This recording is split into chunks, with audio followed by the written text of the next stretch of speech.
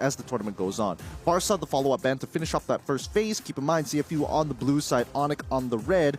Let's see how this goes, right? Because Baxia, alongside with the Uranus, is already gone.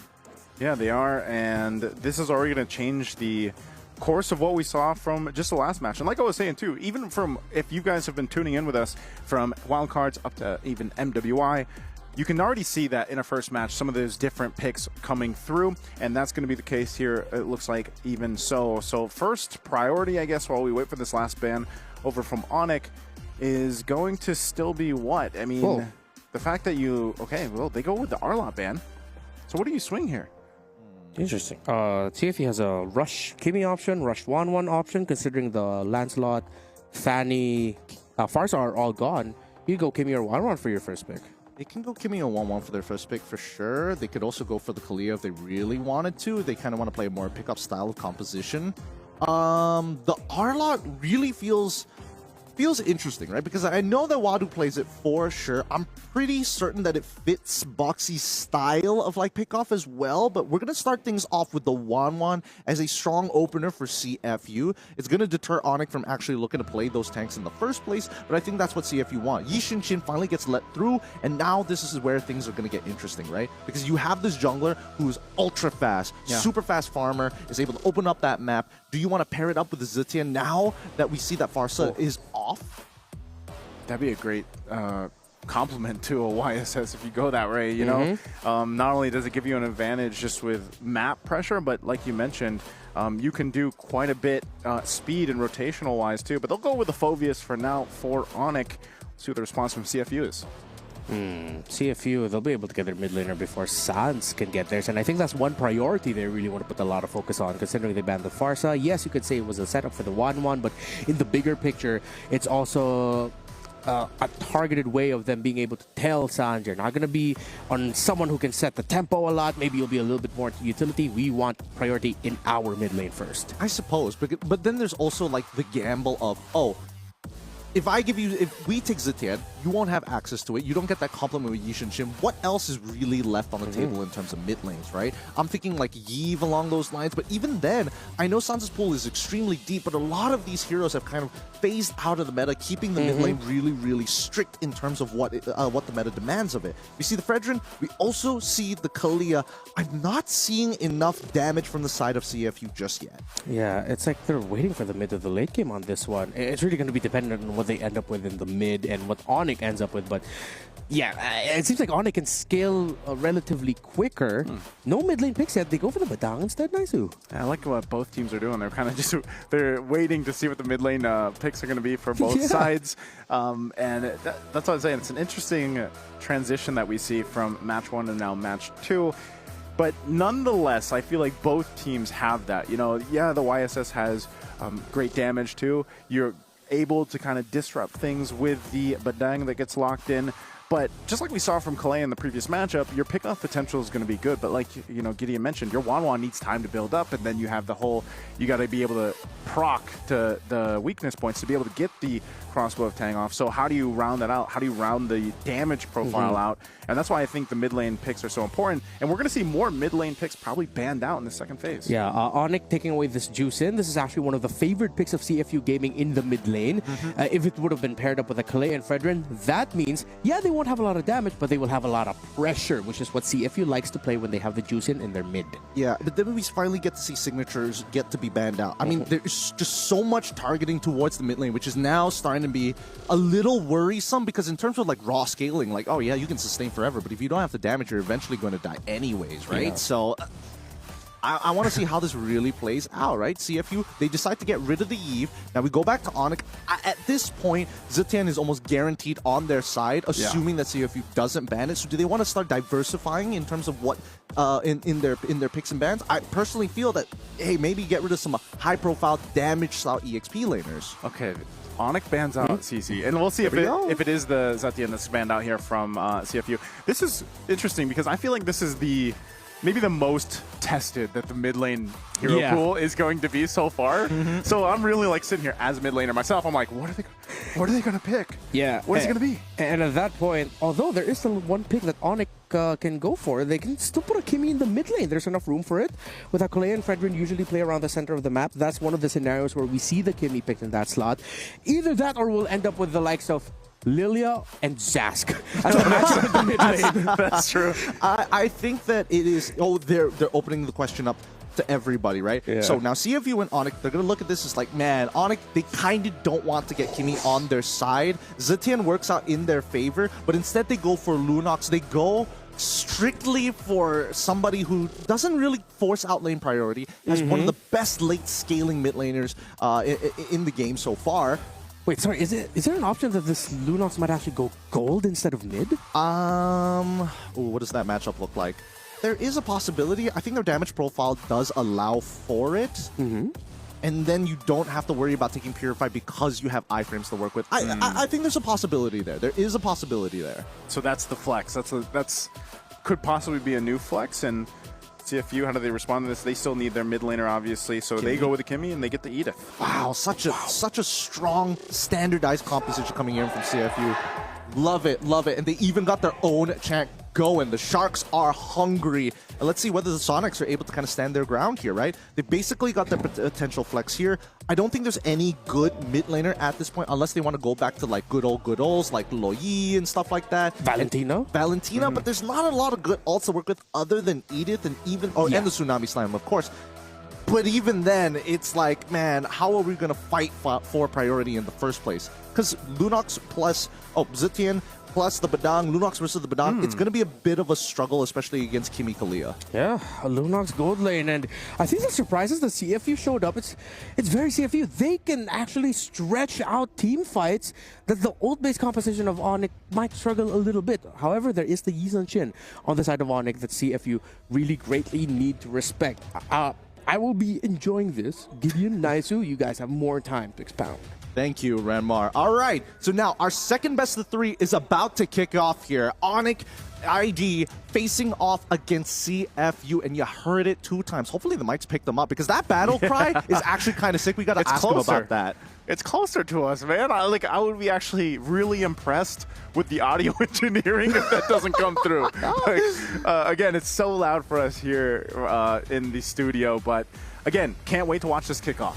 Let's begin our second best of 3 here at the Mid-Season Cup 2025 here at the Esports World Cup live in Riyadh. CFU will be battling against Onic from the blue side, as Onic will attack from the red. It's going to be a purple start for both of these junglers, but let's expound on the compositions, right? Because again, a very classic matchup we're seeing nowadays is Yishin Shin versus some form of tank-style jungler. And usually what happens is that Yishin Shin gets a couple levels ahead of their opponents. Whoa, Sands flickers out, and that's a first blood for Opie. Keyboy will take a brunt of the damage, but he's going to be fine. Man, early start for CFU. Very early start. And Boxy even committing the flicker to it. So really nicely done. Singh also using his Inspire pretty early on against Severo. He's trying to get an early lead. Severo just needs to survive. Yeah. You know, going back to that as well, the YSS, I feel like in the main part is you always have that added benefit of vision, but then when you come to his rotation and his actual jungle speed, he should have an easy time against Detective here on the Fredrin, right? Well, for the time being, as long as he doesn't get CC'd to the ground, right? If he gets hit by the energy eruption, that's when we start to have problems. As long as he maintains his traceless, it's all good, all fun and games.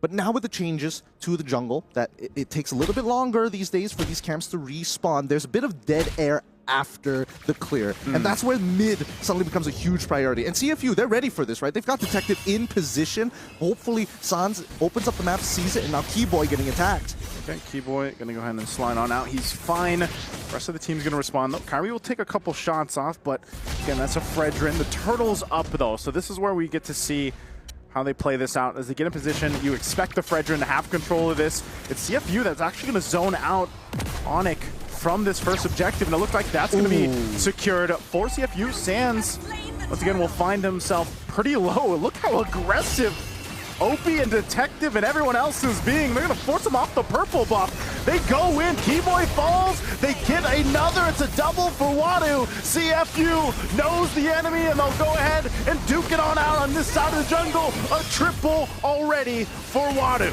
Beautifully played from CFU. You can just see the hours of scrimmage time that both CFU and Onic ID have given to each other, and CFU recognize, hey, we've got to lead, we must press the advantage. Severo might find a solo kill. What? It just goes into the air, seeing out of range. Oh, Severo, he's gonna get just punished for that. I guess he thought he could pick up the kill, but doesn't have enough damage yet. He should have been able to pick up the kill. It's just that last darkening shot didn't connect because Zing was just out of range. I think that Severo might have had to commit a flicker, but that would have felt so bad. Either way, he's still missing out on that solo kill. Kinda sucks. CFU now 5-0 against Onic ID. This is going phenomenally for CFU Gaming. Hey man, if it had anything to do with the war cry we heard earlier on, that might be the buff here for them in game one. Already 2.4K ahead. And with this kind of lead, this is going to set things up really well into even the next turtle here. So Onic, they're going to have to find themselves building up, you know, from this deficit early on. Now, can they do that with this lineup? It might have to be a pick-off, a flicker, an aggressive play. Once again, going to be able to find the mark on Kyrie as Kyrie falls. CFU wants more. They're going to just jump in. They know the timings, too. They'll take the purple buff. Amazing play. Really great from Boxy's side. He sees the traceless. The turtle bolt gets thrown from the mountain shocker. It misses Boxy. Flickers in to yoink him and pull him out of position, knowing that he's got literally no battle spells to save him because he's the jungler. He has to take retribution. And with traceless on cooldown, it guarantees the kill with CFU Gaming corralling around that mid lane. It's working out perfectly, right? Every fight. Wait, hold on. Oh, Boxy could be in trouble this time. Right now, enough damage. Onic will get on the board. They might be in position to go ahead and secure themselves to an objective. They desperately need this from the game getting too out of hand. Swadu up on the front side. They're going to spot that out. He flickers forward with it onward and goes forward in. Two will fall from Onic again. CFU is just on point with the fights and initiations, and now San's in trouble. He has nowhere to go. He does flicker around. A good setup, though, but still going to be alive now. Detective on the backside gets a flicker out from Severo. He'll dodge that. But again, the objective going over to CFU. Oh my goodness, Wadu is so good on these Earth Shatter flickers. He is a dangerous man when he has flicker in hand, making sure that Lupi basically was non-existent during that fight, right? He's supposed to be the one who buys time, but it gets chain CC to the ground. Right now, the coordination from CFU Gaming is immaculate. Oh, again, this is a tough spot to be in for Onic and Tunisia. It looks like sometimes, you know, they're able to go ahead and convert something, but then that was just one setup, one kill that they were able to get. They don't really have that many tools to go for a pickoff in comparison to what CFU has. That's completely true, right? Again, you're expecting Keyboy to kind of get into that position. However, in terms of like raw damage, it really boils down to Kyrie, right? He's going to be the early game damage for now. Sans, yes, he can do some damage, but it's not like overwhelming like a Farsa or in this case the Kimmy. It's just not comparable. Even Severo to a certain degree, he's got a bit of damage, but he really needs his items. And in terms of tempo, CFU Gaming, because of that initial purple buff steal, they know exactly where Kyrie is going to be 90% of the time, and they're utilizing that information to make sure that Onic ID don't have an opportunity to actually attack. See, even making sure that they lane swap to ensure, hey, they're going to be playing for that Lunox now. Wadu, if you can clear these lanes, that's perfect, because we're going to get T1 down bot side. Yeah, just as you say it, that's going to be fallen here. They're going to get in position for this third turtle of the game, last one. I'm not sure how Onic is going to play that, though. Now, this time around, Keyboy, once again, he'll have the flicker to go ahead and try to set things up, but that might still be the case if Kyrie can't get in position and you're too worried about going down for that fight. Okay, there goes... Keyboy doesn't have the ultimate anymore. So this is a tough one to go ahead and fight because, again, you're lacking that firepower, and the further behind you get in terms of this gold again, an initiation with a tsunami slam, they're going to force the fight anyway, but Onic will try to fight back, and Appraiser's Wrath finds a couple, but the crossbow of Tang will find Keyboy. Sing picks up Severo in trouble as well. Can escape Wadu, and CFU Gaming continues to dominate. God dang, man, CFU Gaming. They're not here to mess around. They want to make sure that they are sweeping the floor with Onic ID. Every play they have made so far is so good. They initiate immediately, baiting out the last couple of ultimates from the side of Onic. Most importantly, Sans one.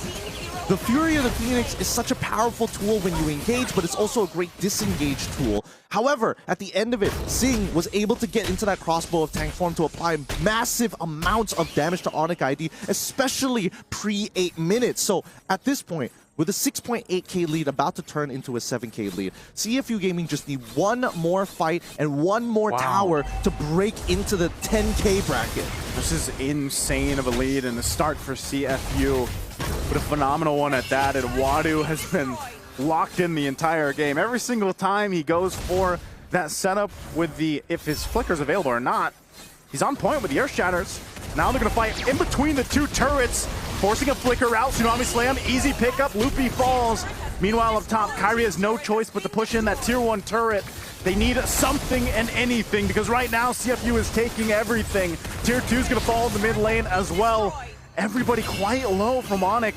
They have no choice but just to watch. Yep, CFU Gaming understand if we don't close out this game, the scaling for the side of Onic ID is going to be a major problem down the line, especially with the Yi Shin on top of having the Lunox side by side. For now, if we have to break it down, I think that CFU Gaming, once they hit that 10k mark, it's going to be good. But the wave clear might be a little bit of an issue, right? CFU Gaming cannot start falling behind, and they can't let the game extend super late. The pickoff is going to begin.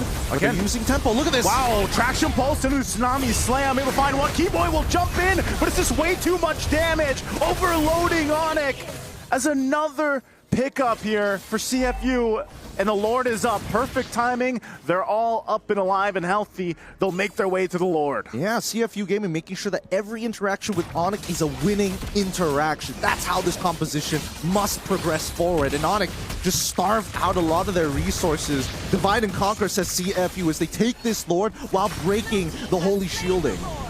Great juggling happening here from CFU. Very impressive once again. Start off to this best of 3 series. I think even Onic is kind of just left wondering what's going on here. They don't, even if they try to stay under the turrets, they're forced to fight anyway. And that's why that Kalea from Boxy is so good. And this might be, again, the effect of Boxy going back into their own role, allowing them to have that decision making on their side.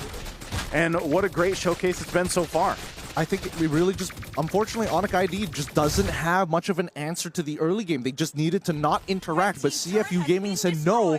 Force them into their position, force them into a position where they have to interact with them all the time. They can't run away from these fights, and neither can they disengage. So therefore, Onic ID again. Boxy jumps in with a Tsunami Slam, finds Loopy after missing the traction pulse. OP's gonna pick up the kill anyway. Boxy finally goes down, but Kyrie quite low, could be in trouble. They can clear out the wave up bottom. Mid turret already down, but they won't get more. CFU with a 12,000 gold lead. It looks like they're going to stay a little bit longer, but Onic might have been able to hold on a little bit longer for this game 1. I mean, the breathing room for Onic ID is just running out. They're losing space. Wadu, keep your eyes on him. He's got flicker. Oh, Wadu. Brilliance is going to be used. They're just trying to clear out the waves here as they do. So Onic, despite everything else, will stay in this game. That's a checkmate angle right now achieved by CFU Gaming. 12.3k, the biggest lead we've seen so far here at MSC 25. As we can see, even for Onic Indonesia, how do they find an angle, right? Every single attack they have, there is some form of counterplay. Sing can go invulnerable with the crossbow of Tang, not to mention that she also has an inbuilt Purify, making it more effective against the raw CC coming out from the side of Indonesia. Boxy, whoever he picks off at this point is almost guaranteed to die. The damage coming in from OP is ridiculous. The stacks that he has, he's 6 and 10, 0 deaths. Oof, again, Boxy, big enough threat. Jumps on in, traction pulse, gonna find multiple members! A great setup under the base turret! Loopy gonna be able to fall, and it's a wipeout, a maniac for OP! That's game 1, dominant for CFU Gaming. Holy cow, Onic they're going to be looking at that as like, okay, we deserve to lose that one. Our draft didn't have an early game plan, and every interaction we had for the first 5 minutes was just to lose